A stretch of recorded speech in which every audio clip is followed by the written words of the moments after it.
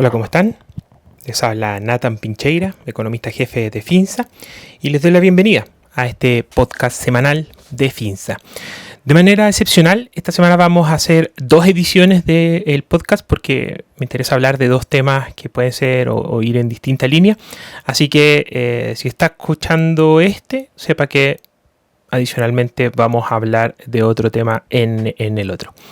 Este se va a tratar de lo que el día martes en la tarde se aprobó por parte de la Comisión de Constitución de la Cámara de Diputados, que habla de 3 proyectos que de alguna manera van refundidos, ¿no? El segundo retiro de 10% por parte de los afiliados de la AFP, la retención de los fondos a deudores de pensiones alimenticias y, en tercer lugar, el retiro también de, entre comillas, ¿no?, los fondos acumulados que tienen aquellos pensionados bajo el régimen de renta vitalicia.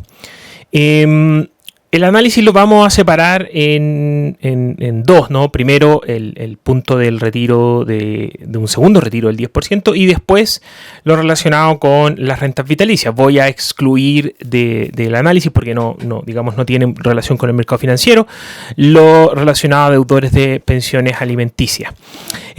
Por lo tanto, en primer lugar, es relevante que hagamos un breve análisis de lo que significó el primer retiro, ¿no? El primer retiro del 10%, según datos de la superintendencia, alrededor del 90% de aquellos que podrían haber solicitado el retiro lo han hecho a la fecha. Recuerden que hay un año de plazo todavía para hacerlo, lo cual de alguna manera se acerca también a las estimaciones que nosotros hicimos en términos de los montos involucrados, etc. Efectos que se han visto hasta el momento. Bueno, consideremos que el universo son aproximadamente 11 millones de afiliados. ¿Ya? Luego del primer retiro, aproximadamente 2,8 millones de estos habrían quedado sin saldo en sus cuentas obligatorias. Más de 1,1 millón, ¿no?, habría quedado con menos de 35 UF disponibles. Por lo tanto, tenemos ahí 4 millones de afiliados que en realidad pueden retirar o nada o menos del máximo del mínimo que implica la ley, y 3,5 millones de afiliados adicionales, ¿no?, habría quedado con saldos bajo lo cual un segundo retiro del 10% les permitiría sacar proporcionalmente más que un 10%, ¿no? Yo sé que el proyecto se conoce como el proyecto del 10%, pero dado que existen algunas restricciones, ¿no? Por ejemplo, el mínimo a retirar, al final del día tenemos algunos afiliados que terminan retirando el 100%, algunos afiliados que terminan retirando entre un 100 y un 10%, algunos afiliados que efectivamente terminan retirando su 10% y otros que estadísticamente terminan retirando menos del 10% porque están sujetos al monto máximo. Sin embargo, aquellos que están sujetos al monto máximo son aproximadamente 800.000, un grupo bastante minoritario respecto al todo el otro universo de afiliados a la AFP.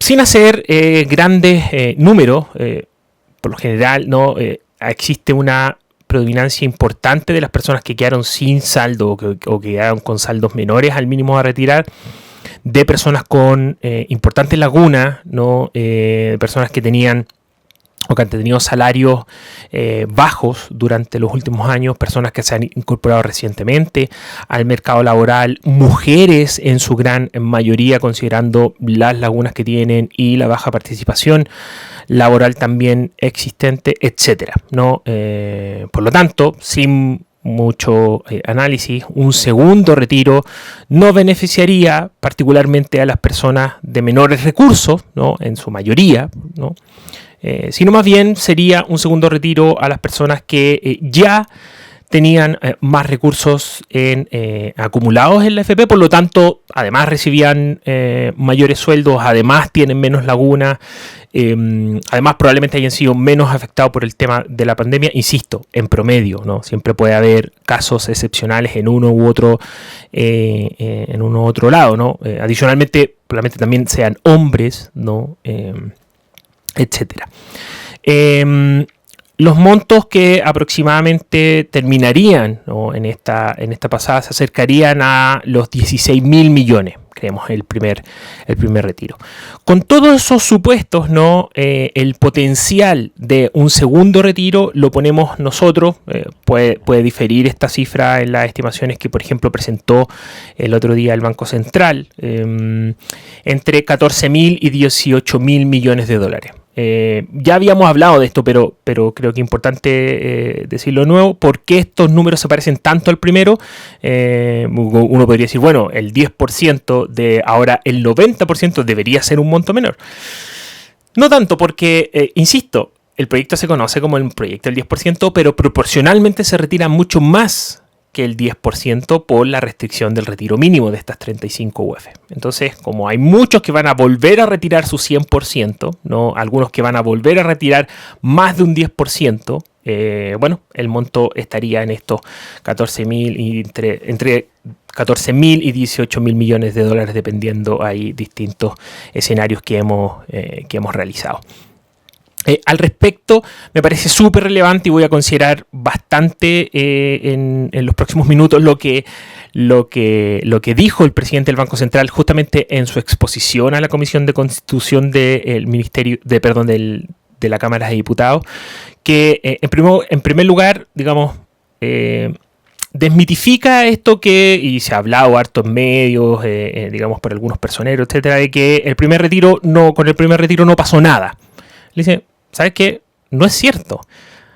Lo que pasa es que tuviste a todos los reguladores, tuviste al Banco Central, tuviste al Ministerio de Hacienda, tuviste a las mismas AFP actuando y haciendo todo lo posible para que en el mercado financiero no hubiesen efectos importantes a propósito de la liquidación de los activos, ¿no? Una liquidación importante principalmente en el corto plazo que de alguna manera con las distintas medidas se pudo alargar o permitió periodos de ajuste algo más importante. Aquí, insisto, actuaron todas las autoridades que podrían haberlo hecho.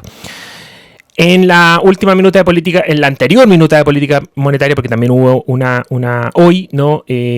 Como en la misma presentación que estoy citando, menciona directamente que, de forma vulgar, ¿no? Las balas que quedarían para enfrentar un segundo retiro, un segundo evento importante del mercado financiero son menos, ¿no? Yo diría que no es ninguna sorpresa. Probablemente va a actuar porque está dentro de su mandato constitucional, pero los montos, los papeles, los activos frente a los cuales puede hacer o puede tener efecto son menores, ¿no? Así que con ese tenemos este punto que de alguna manera se podría haber esperado. Yo creo que cuando surgió la iniciativa, dado que la primera ya había sido pasado juntamente, en conjunto con diputados del oficialismo y después en el Senado igual, un segundo también podría haber tenido una probabilidad importante de pasar, sumado, ¿no? Además los resultados que tuvo el plebiscito. Uno diría, bueno, no tendría por qué tener relación, sí, pero bueno, probablemente a varios personeros políticos sí les genera algún tipo de presión y actúan en contra de lo que el Ejecutivo, por ejemplo, ha estado diciendo estos últimos días, principalmente relacionado con la reforma de pensiones.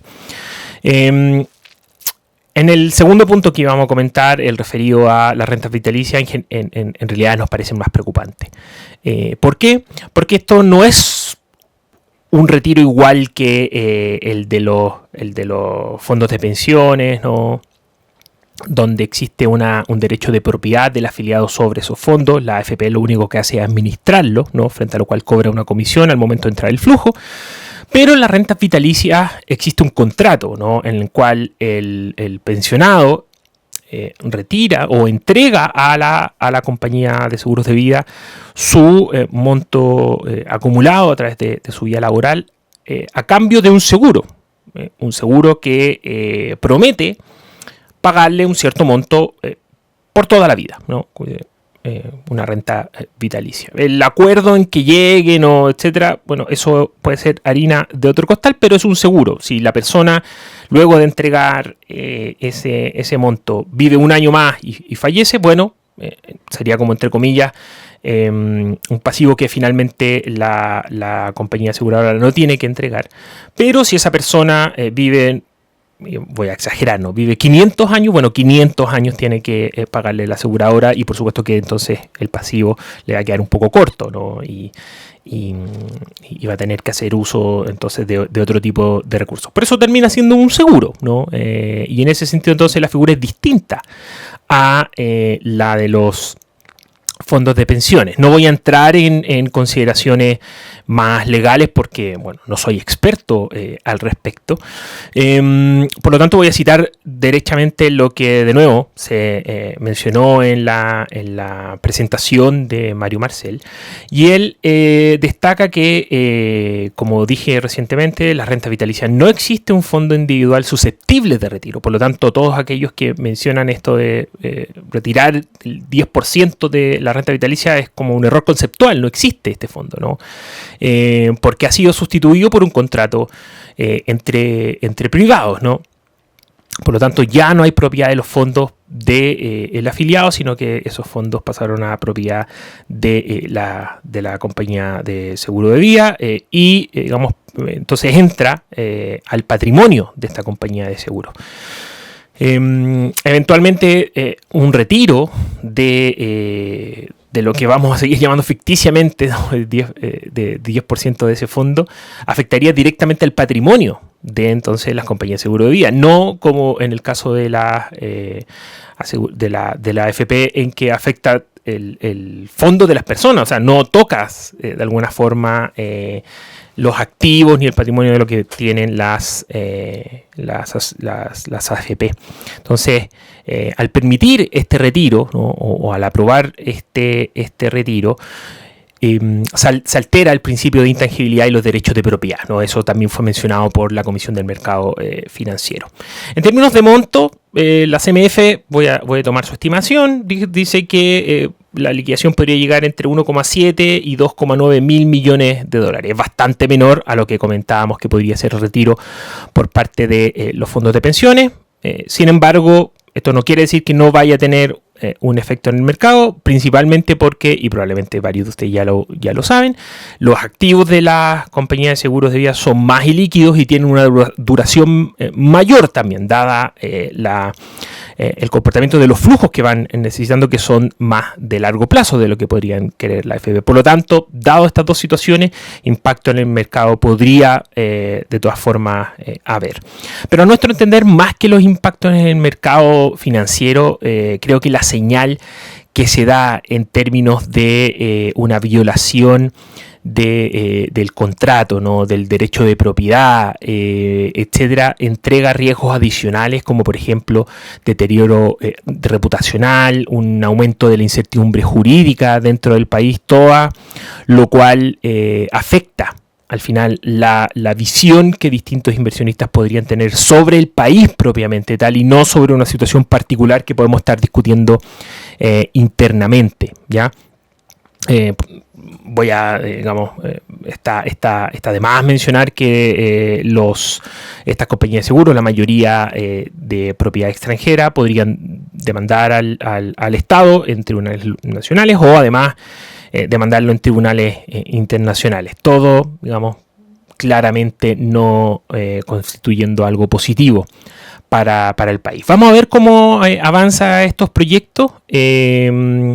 Vamos a ver también cómo avanzan las estrategias por parte del Ejecutivo para intentar frenar, ya sea adicionales votaciones que aprueban este proyecto, reservas de constitucionalidad, digamos, u otro. No. Vamos a ver qué se termina haciendo. Así que eso o tendríamos noticias durante la próxima semana, aproximadamente martes o miércoles se volvería a discutir, en particular en la misma Comisión de Constitución de la Cámara de Diputados, el proyecto, pero bueno, dado la unanimidad casi, ¿no?, que aunque se aprobó en una primera instancia, no vemos necesariamente que vaya a cambiar mucho el tema en esta comisión. Vamos a ver cómo avanza después en la sala y por supuesto eventualmente en un paso a el Senado.